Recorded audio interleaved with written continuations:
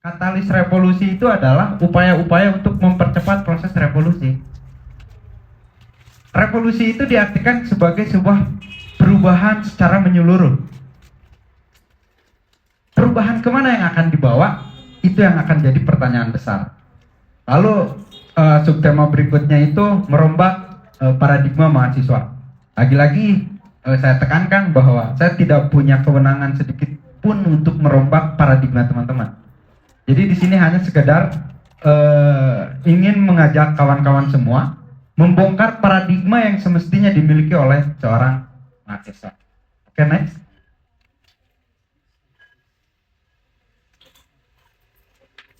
Sebelum lanjut ke membahas paradigma, mari kita bedah dulu perjalanan gerakan mahasiswa yang ada di Indonesia.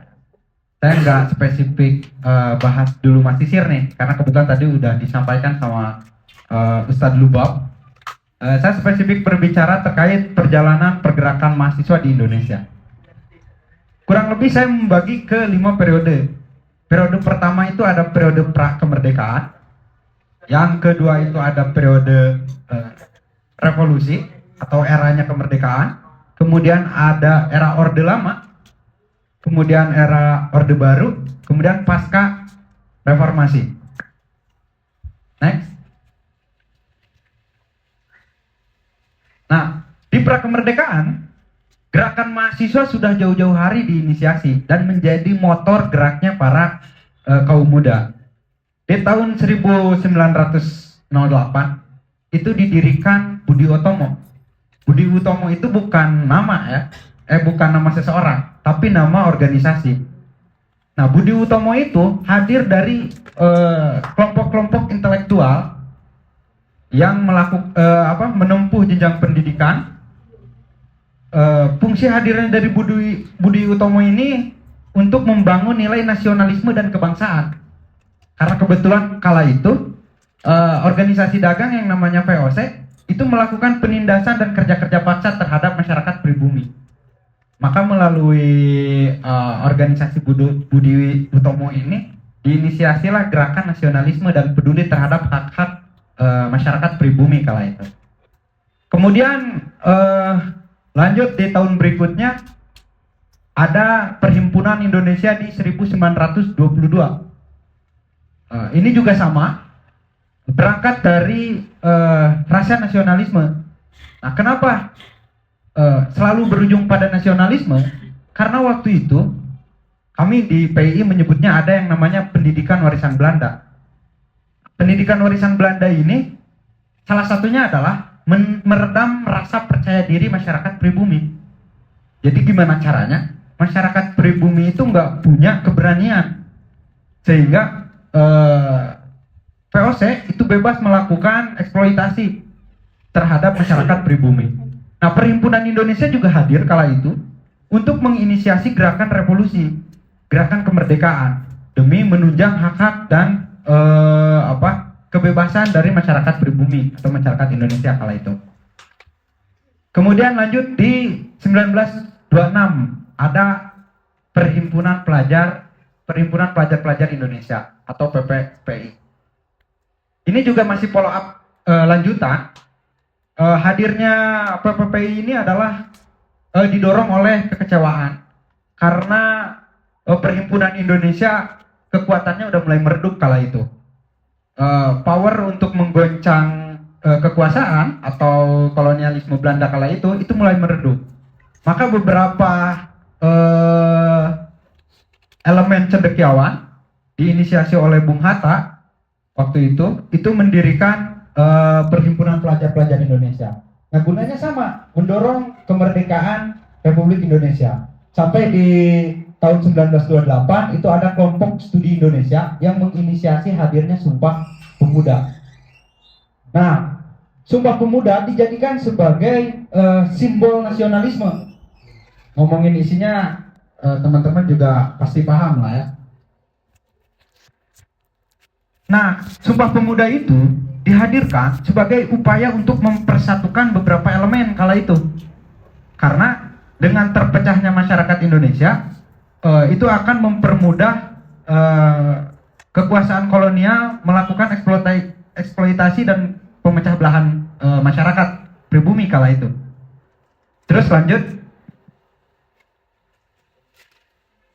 Nah, era revolusi itu ada Perserikatan Nasional Indonesia (PNI) yang didirikan oleh Presiden pertama Republik Indonesia oleh Insinyur Soekarno. Ini lebih spesifik membahas terkait dinamika konflik ekonomi kala itu sebenarnya. Kemudian ada di 1966 itu Perserikatan Perhimpunan Mahasiswa, lagi-lagi menyikapi krisis ekonomi di penghujung rejim Orde Lama. Kemudian berikutnya masih di tahun 66 ada Komite Kesatuan Aksi Mahasiswa Indonesia yang sampai sekarang masih eksis ya. Mungkin di Masisir juga ada beberapa yang gabung ke kami.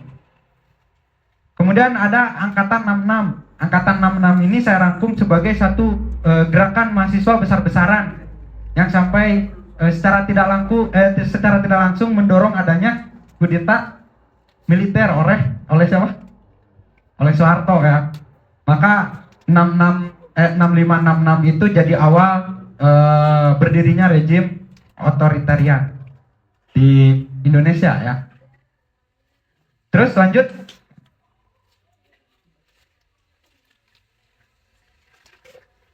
Ini mundur, lanjut sekali lagi. Nah, era Orde Baru. Nah, di era Orde Baru yang kita ketahui mungkin hanya sekedar pada peristiwa reformasi, bahwa mahasiswa di era Orde Baru itu berhasil menumbangkan rejim otoriter, puncaknya pada peristiwa reformasi.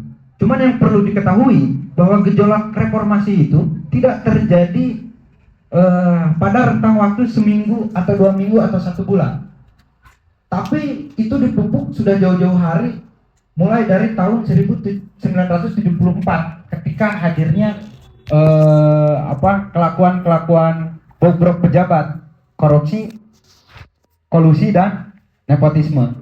Nah, kelompok mahasiswa kala itu yang terkenal dengan istilah mahasiswa menggugat itu menginisiasi adanya pembentukan wadah anti korupsi untuk memberantas korupsi.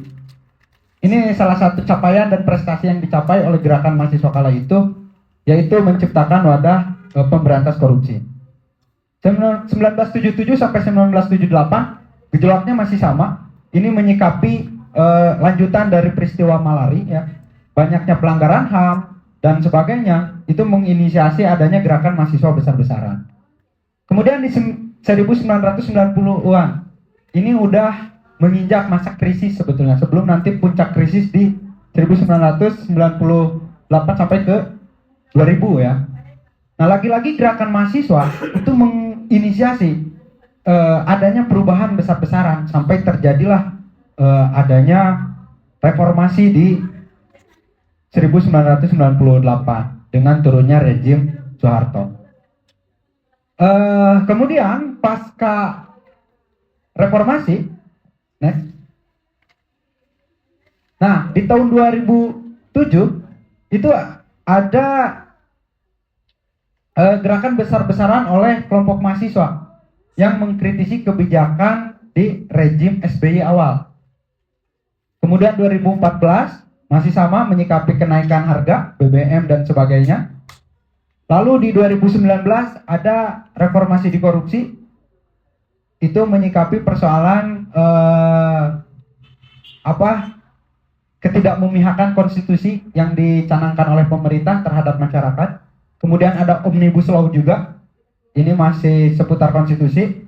Lalu terakhir di tahun 2024 kemarin itu ada gelombang aksi serentak yang disebut dengan aksi darurat. Sebenarnya catatan sejarah ini hanya sebagai pengantar ya.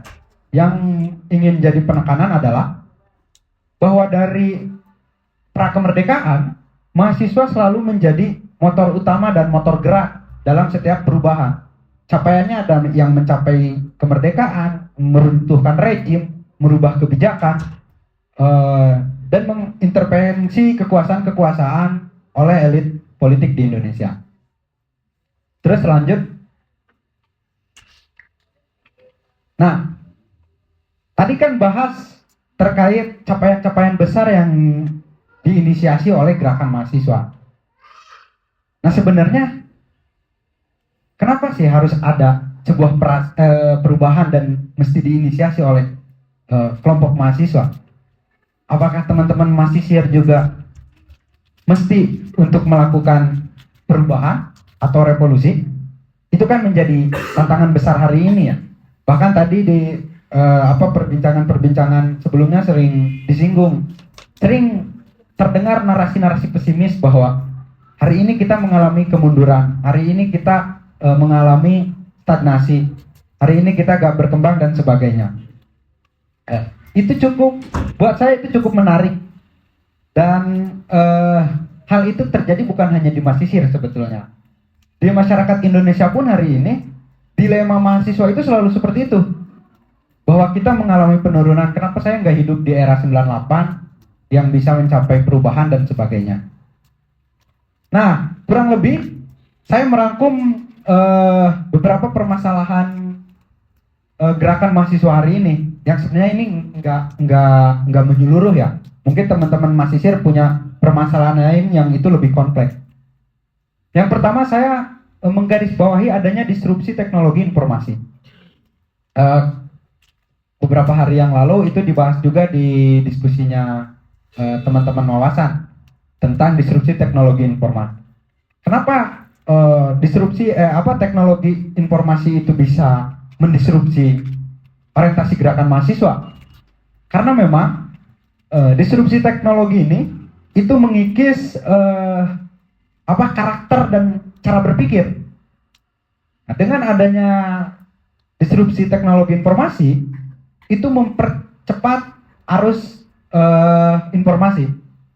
Orang dulu berbicara tentang literasi itu berbicara tentang bagaimana kita mengakses sebuah informasi. Maka yang ditekankannya budaya literasi dulu itu perbanyak baca, kemudian perbanyak akses informasi dan sebagainya. Hari ini berbeda. Gerakan literasi hari ini bukan lagi berorientasi pada baca buku dan bagaimana cara memperoleh informasi. Hari ini orientasi gerakan literasi itu sudah beralih. Yang awalnya mencari informasi, kini jadi mengkritisi dan memverifikasi sebuah informasi. Kenapa demikian? Karena dengan adanya disrupsi teknologi informasi, kita dibanjiri oleh berbagai macam informasi. Silakan teman-teman searching tata cara melaksanakan sholat jenazah di Google. Lahir tuh banyak yang itu belum jelas referensinya dari mana. Nah, daya interpretasi sebuah informasi sangat diperlukan hari ini. Nah, pada realitasnya disrupsi teknologi informasi ini membuat semua segmen beralih pada platform digital. Mungkin kalau di Mesir transaksi masih manual ya. Banyaklah yang dipakai manual. Saya juga agak kaget datang ke sini nyari QRIS, nyari itu nggak bisa. Oh, ternyata di Mesir notabene manual. Itu juga jadi poin plus sebetulnya ya. Nah, hal itu berpengaruh terhadap paradigma dan cara pandang mahasiswa. Disrupsi teknologi informasi itu menyebabkan dilema etis. Apa itu dilema etis? Dilema etis itu kebimbangan dalam menentukan pilihan. Saking banyaknya informasi, seseorang dibuat bingung informasi mana yang harus mereka ambil. Akhirnya, hilanglah prinsip kepakaran. Tadi sempat disinggung sama Ustadz Agung ya. Prinsip kepakaran di sini itu, seseorang mengambil informasi itu sudah lagi tidak merujuk pada satu imam yang kredibel, pada satu sumber yang valid dan terpercaya. Hari ini ambilnya dari Google, bikin PPT, minta ke AI dan sebagainya. Semua serba instan. Jadi seseorang itu sudah tidak lagi memiliki satu paradigma yang utuh, karena mereka butuh informasi tentang A, itu tinggal nyaplok di Google, tinggal merintahin AI dan sebagainya. Akhirnya ada disorientasi gerakan mahasiswa hari ini. Nah, Karena berangkat dari paradigma yang tidak utuh, maka gerakan mahasiswa hari ini itu rentan untuk ditunggangi oleh kepentingan kelompok tertentu. Ambil contoh, gerakan reformasi di korupsi besar-besaran berlanjut beberapa minggu, bahkan hampir 1 bulan. Masif gerakan reformasi di korupsi, goalnya apa?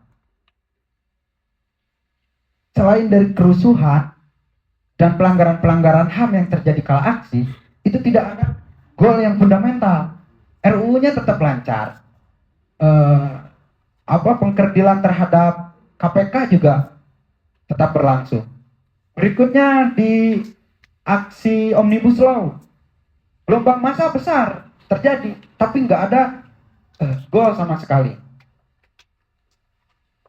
Nah, hal ini bisa terjadi karena memang mahasiswa hari ini tidak punya paradigma yang utuh dalam menyikapi setiap persoalan yang ada. Tadi itu tuh ya, saya garis bawahi sebagai akibat dari adanya disrupsi teknologi dan informasi. Mahasiswa itu tidak punya paradigma yang utuh. Jadi menyikapi sesuatu itu berdasarkan reaksioner. Responsif lah. Responsifnya tidak atas dasar pertimbangan yang matang. Jadi gerakan yang terjadi besar tapi tidak menghasilkan apa-apa. Karena kita untuk mengkonsolidasi orang-orang itu mudah. Cukup bikin player bodong aja di Google, di Canva misalnya, yang banyak template-nya, kemudian share, itu bisa jadi memicu gerakan besar-besaran. Apakah hal itu haram dan tidak boleh? Tidak juga. Tapi yang perlu disadari adalah kita membahas terkait gerakan mahasiswa. Ada kemelekatan peran kalau saya bilang dalam diksi mahasiswa. Nah, kemelekatan peran itu apa? Yaitu adalah mahasiswa sebagai aktor intelektual. Apa sih aktor intelektual? Kalau boleh saya mengutip Ali Sariati, intelektual itu disebut sebagai Rausan Pikir. Rausan Pikir itu adalah orang-orang yang tercerahkan. Nah, lebih spesifiknya Ali Sariati itu menyebutkan Rausan Pikir itu adalah orang-orang yang paham akan perannya sebagai seorang manusia. Jadi yang dia paham untuk apa hadir di muka bumi, untuk apa dia belajar, untuk apa dia ke Masisir, untuk apa saya jadi mahasiswa di Indo dan sebagainya. Nah, paham akan peran itu merupakan Rausan Pikir atau orang-orang yang tercerahkan. Nah, maka tugas dari orang-orang yang tercerahkan ini adalah melakukan edukasi dan penyadaran terhadap masyarakat luas. Begitu. Nah, disorientasi gerakan hari ini itu terjadi karena memang mahasiswa tidak sadar akan perannya. Hari ini malah terjebak pada dinamika percepatan arus informasi. Maka yang terjadi adalah konflik-konflik kedirian. Orang merasa mentalnya lemah, tidak pede, dan sebagainya. Hari ini itu terjadi dan nyata di dunia kerja. Jangankan di universitas ya, dikasih tugas sedikit ngeluh, dikasih tanggung jawab sedikit ngeluh, dan sebagainya. Hal itu memang terjadi dan benar terjadi. Namun tidak bisa dibiarkan begitu saja, karena kita punya misi besar sebagai aktor revolusi tadi ya. Sebagai aktor yang akan membawa perubahan, itu menjadi poin penting. Kemudian permasalahan kedua itu ada terjebak utopia masa lalu. Seperti apa sih terjebak utopia masa lalu? Ini juga pernah dikritik oleh Fatimah Mernissi, seorang feminis asal Maroko. Kayaknya teman-teman tipis udah nggak asing lah ya dengan Fatimah Mernissi. Jadi Fatimah Mernissi itu mengkritik masyarakat Islam secara umum. Kritiknya itu adalah kenapa masyarakat Islam hari ini tidak maju? Itu dikarenakan mereka terjebak pada euforia-euforia masa lalu. Orientasi gerakannya itu berbeda, bukan lagi melihat masa depan, tapi terjebak pada masa lalu. Kenapa itu bisa terjadi? Karena standar ideal yang dibangunnya itu adalah kerangka-kerangka yang pernah terjadi di masa lalu, bukan mengkonversi nilai yang ada di masa lalu untuk menciptakan perubahan di masa depan. Nah, Fatimah Mernissi mengkritisi itu. Beliau bilang hari ini masyarakat Muslim mengalami stagnasi atau ketidakberkembangan. Mereka malah terus-terusan berlarut-larut bangga bahwa Islam pernah jaya, bahwa ada begitu banyak tokoh-tokoh ilmuwan Islam besar kayak Ibnu Sina dan sebagainya. Tapi justru itu yang menghambat dirinya tidak berkembang. Karena dia lupa bagaimana caranya dia membuat pengetahuan yang serupa dengan ilmuwan-ilmuwan Muslim terdahulu. Begitupun pada gerakan mahasiswa di Indonesia hari ini. Yang saya lihat, gerakan mahasiswa di Indonesia hari ini itu masih terjebak pada euforia-euforia masa lalu. Bahwa mahasiswa pernah duduk di gedung MPR, mahasiswa pernah meruntuhkan rejim otoriternya Soeharto, dan sebagainya. Tapi dia lupa bahwa rejim hari ini ada sederet permasalahan, bahwa rejim yang akan datang di masa depan itu juga memungkinkan akan hadirnya sederet permasalahan. Nah, mahasiswa yang semestinya sadar akan tantangannya justru malah terjebak pada euforia masa lalu. Ini juga yang melahirkan adanya disorientasi gerakan. Nah, lalu gerakan yang seperti apa yang harusnya dimiliki oleh mahasiswa? Nah, mestinya gerakan mahasiswa, kalau saya boleh kutip Bakunin, Mikhail Bakunin ya, dia seorang anarkisme di Rusia. Dia menjadikan gerakan mahasiswa itu sebagai civil society. Civil society itu apa? Nah, civil society itu satu kelompok atau gerakan yang itu di luar kuasa elit atau otoritas negara. Nah, di sini ada dari berbagai elemen ya, elemen organisasi dengan corak dan latar belakang yang berbeda. Cuman kalau berbicara teman-teman sebagai civil society, orientasinya pasti sama. Sekalipun ini KKS, saya di PII misalkan, orientasi sebagai civil society itu sama. Apa itu? Memperjuangkan hak-hak masyarakat secara umum. Nah, maka gerakannya pun bukan gerakan elitis, tapi gerakan advokasi ke bawah, ke grassroots. Orientasinya pada pemberdayaan, pengadvokasian dan sebagainya. Nah, di sini ada PPMI juga. Mudah-mudahan PPMI gak elitis ya. Dan masih berpihak pada masyarakat luas secara umum. Kurang lebih begitu. Jadi berbicara tentang civil society itu mesti memihak pada pembebasan masyarakat secara umum, pemenuhan hak masyarakat secara umum. Nah, gerakan mahasiswa terdahulu bisa berhasil itu karena mereka paham musuh besar yang dihadapinya itu siapa. Katakanlah gerakan mahasiswa di era 98. Sebelum sampai ke puncak 98, gerakan mahasiswa masing-masing tidak bersatu dengan gerakan buruh dan sebagainya. Namun di penghujung akhirnya ada kesamaan persepsi tentang apa yang mesti dibawa dalam satu gerakan besar ini. Salah satu narasi yang menyatukan gerakan sosial waktu itu apa? Ada yang tahu? Di 98? Satu yang bisa menyatukan semua elemen waktu itu adalah turunkan Soeharto. Narasi itu sebetulnya tuntutan kesininya beda. Mahasiswa bawa tuntutan yang beda.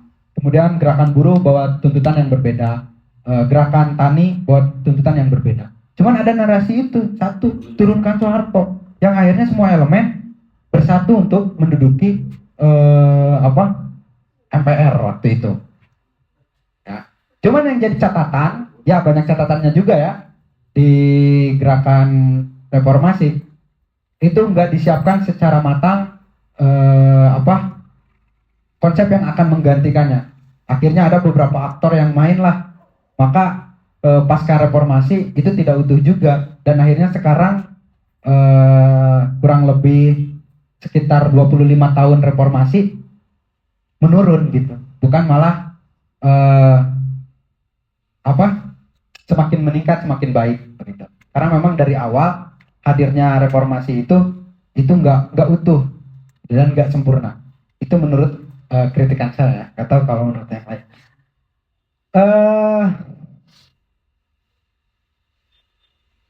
Nah, dari disorientasi gerakan itu ada stagnasi gerakan dan kemandegan berpikir. Nah, kemandegan berpikir itu ya tadi, ketika kita terjebak pada persoalan-persoalan kedirian, kita berjebak pada persoalan-persoalan orientasi, yang ada gerakan itu stagnan, melahirkan konflik antar kelompok, yang memang itu sangat tidak produktif, larinya pada sentimen dan keakuan kelompok.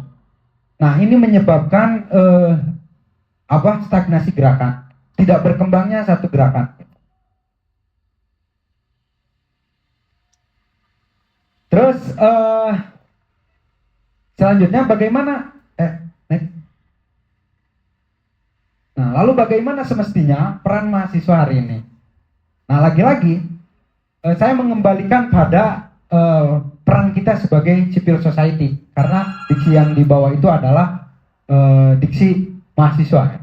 Cuman yang perlu dicatat bahwa mahasiswa di sini bukan berarti kelompok saja, tapi termasuk individu. Kita sebagai individu mahasiswa itu mesti menyadari peran kita sebagai seorang mahasiswa. Saya balik lagi tadi ke pemikirannya Ali Syariati.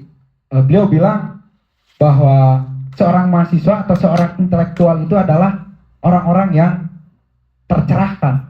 Jadi orang-orang yang sadar akan perannya. Perannya apa?